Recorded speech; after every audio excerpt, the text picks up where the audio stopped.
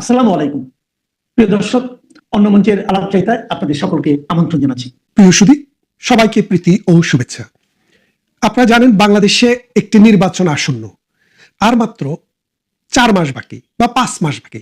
যদি ফেব্রুয়ারিতে হয়, নভেম্বর, ডিসেম্বর, জানুয়ারি আর ফেব্রুয়ারির মাঝামাঝি 3 মাস, 3.5 মাস, আর এই মাসের 10 দিন, অর্থাৎ 4 মাসেরও কম সময়ের ভেতরে বাংলাদেশে একটি নির্বাচন হতে যাচ্ছে, আমরা এমনটা শুনছি।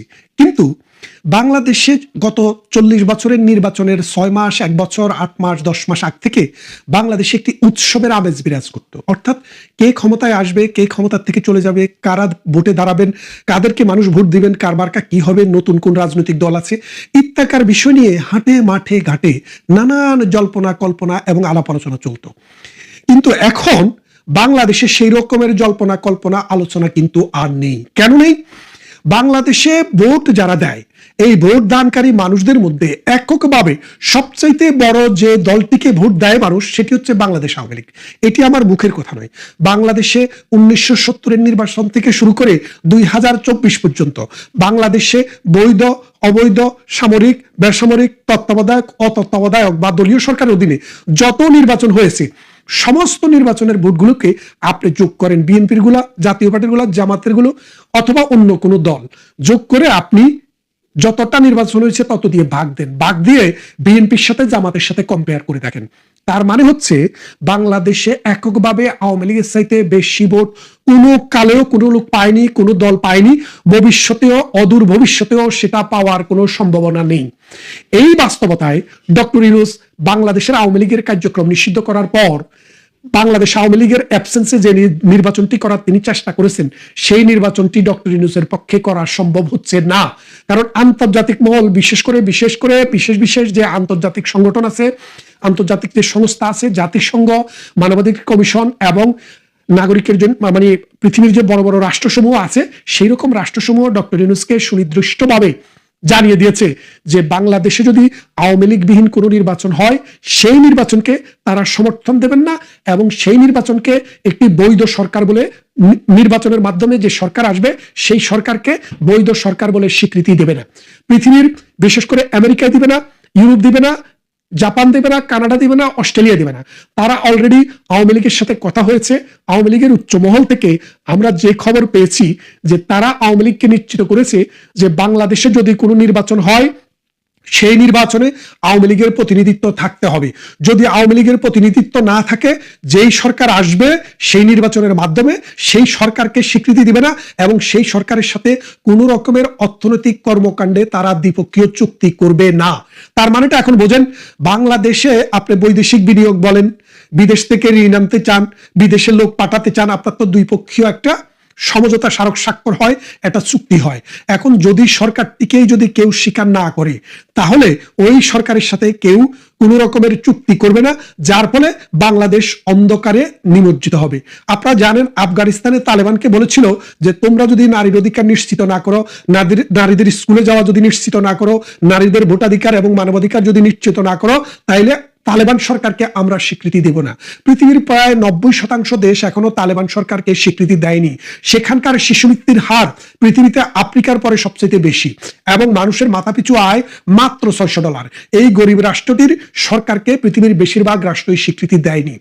ঠিক তেমনি ডক্টর ইউনূস যদি আওয়ামী লীগকে বাদ দিয়ে কোনো নির্বাচন করেন, সেখানে ডক্টর ইউনূসের সেই সরকারকে পৃথিবীর কোনো দেশ নির্বাচনটিকে এবং সরকারটিকে বৈধতা দেবে না। এই অবস্থায় সাম্প্রতিক সময়ে আমাদের দলের একজন নেতা এবং আওয়ামী লীগের নেত্রী জননেত্রী শেখ হাসিনার ছেলে সজীব ওয়াজেদ জয় বলেছেন যে আওয়ামী লীগ ছাড়া কোনো নির্বাচন বাংলাদেশে হবে না এবং আওয়ামী লীগ ছাড়া কোনো নির্বাচন গ্রহণযোগ্য হবে না এবং আওয়ামী লীগকে ভোটে অংশগ্রহণ করতে দিতে হলে এখন থেকে আওয়ামী লীগের কর্মকাণ্ডকে বৈধতা দিতে হবে, তা না হলে আওয়ামী লীগ এইরকম অবস্থায় নির্বাচনে করতে পারবে না। তাহলে আপনারা বোঝেন এই কথাটির অর্থ কি। এবং এখানে একটি এই ভোটের বিষয়টির সাথে আরেকটি বিষয় খুব জড়িত বলতে কিরকম দেখেন, বাংলাদেশের প্রতিবেশী রাষ্ট্র হচ্ছে ভারত। আমাদের অর্থনীতি, সামাজিক, রাজনীতি অনেক কিছুর সাথে এই ভারতের সম্পর্ক রয়েছে। এই দেশটির জন্মের সাথেও ভারত ওতপ্রোতভাবে জড়িত। 1971 সালের মহান মুক্তি সংগ্রামে ভারত যদি সহযোগিতা না করত, 9 মাসের জায়গায় আমাদেরকে হয়তো 9 বছর যুদ্ধ করতে হতো।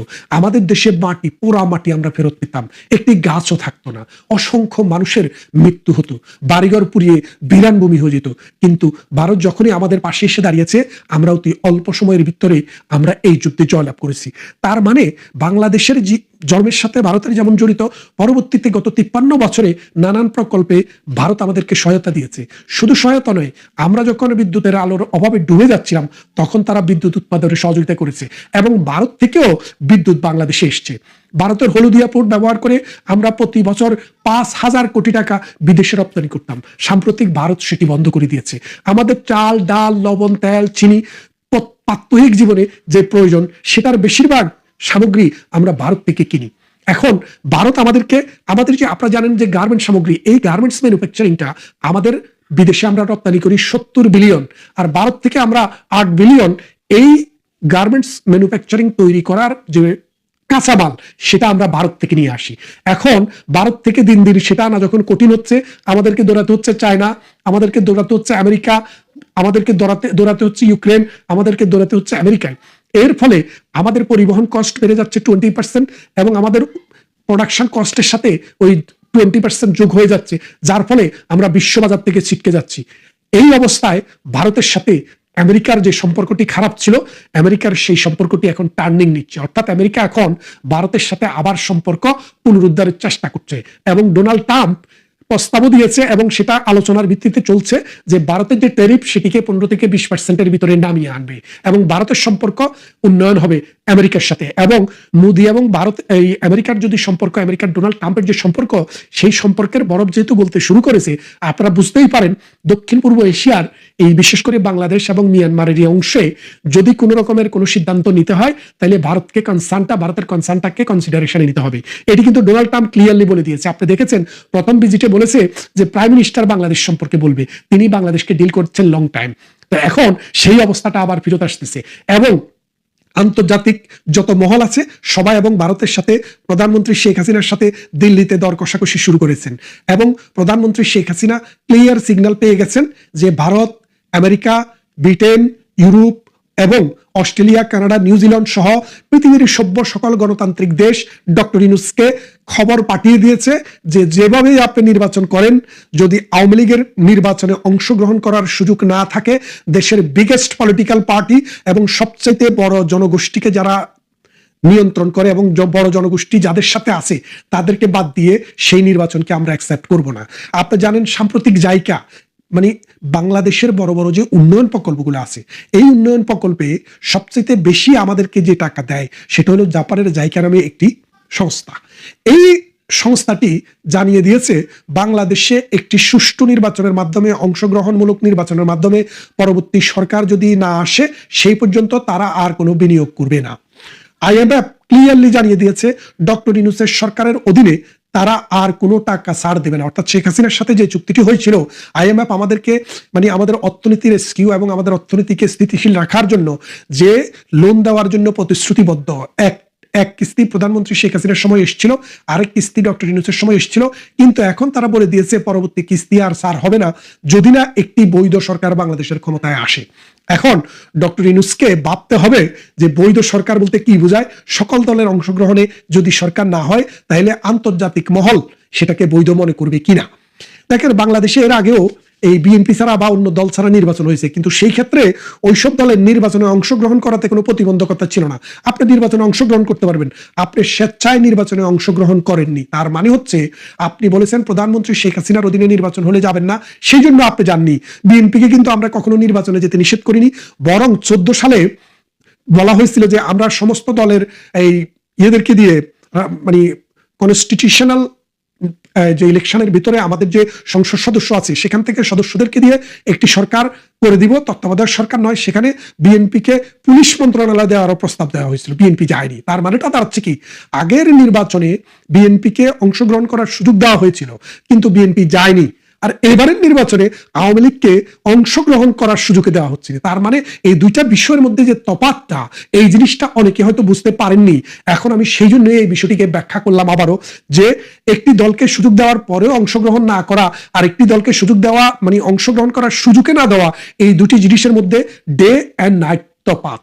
সেই অবস্থায় আন্তর্জাতিক বিশ্ব ক্লিয়ার অবস্থান যে ডক্টর ইউনূসের এই নির্বাচনে তারা সমর্থন দেবে না যদি আওয়ামী লীগকে নিয়ে আসা যায়। তাই আপনারা নিশ্চিন্ত থাকেন, আগামী নির্বাচনে আমরা নির্বাচনে অংশগ্রহণ করব এবং আমাদেরকে যথাযথ টাইম দেওয়া হবে। আপনারা মাঠে নামবেন, বঙ্গবন্ধুর সোনার বাংলায় জাতীয় পতাকা এবং নৌকা মার্কা নিয়ে ভোট দেওয়ার জন্য আস্তে আস্তে আপনারা প্রস্তুতি নেন। কারণ এই দেশে আওয়ামী লীগ হলো নির্বাচনমুখী একটি দেশ। দেখেন 70-এর নির্বাচনে আমরা আইয়ুবের অধীনে, মার্শাল্লাহর অধীনে যখন নির্বাচনে অংশগ্রহণ করি, তখনও মাওলানা ভাসানী বলেছিলেন যে মুজিব আপনি নির্বাচনে যেন না, এদের মানে যে আইয়ুবের অধীনে এই নির্বাচনটি হবে এটা তামাশার নির্বাচন, প্রহসনের নির্বাচন। কিন্তু বঙ্গবন্ধু বলেছিলেন আমরা গণতন্ত্রের মানুষ, আমরা জনগণের দল, আমাদের মানুষের কাছে যাওয়ার, মানুষের কাছে আমাদেরকে পছন্দ বা অপছন্দ করার সুযোগ দেওয়ার একমাত্র উপায় হচ্ছে নির্বাচন। সুতরাং আমরা নির্বাচনে যাব। নির্বাচনে আওয়ামী লীগ গেলেন, মাওলানা ভাসানী গেলেন না। এখন আওয়ামী লীগও টিকে আছে, কিভাবে টিকে আছে আপনারা সেটা জানেন, আর মাওলানা ভাসানী কিভাবে টিকে আছে সেটাও আপনারা জানেন। তাই আসুন আগামী নির্বাচনের জন্য ভেতরে ভেতরে আপনাদের নিজের অবস্থান থেকে প্রস্তুতি নেন। দেখবেন বাংলাদেশ আওয়ামী লীগ আবারও সকল দলকে পরাজিত করে বাংলাদেশের ক্ষমতায় আসার পথ সুগম করবে। ভালো থাকবেন।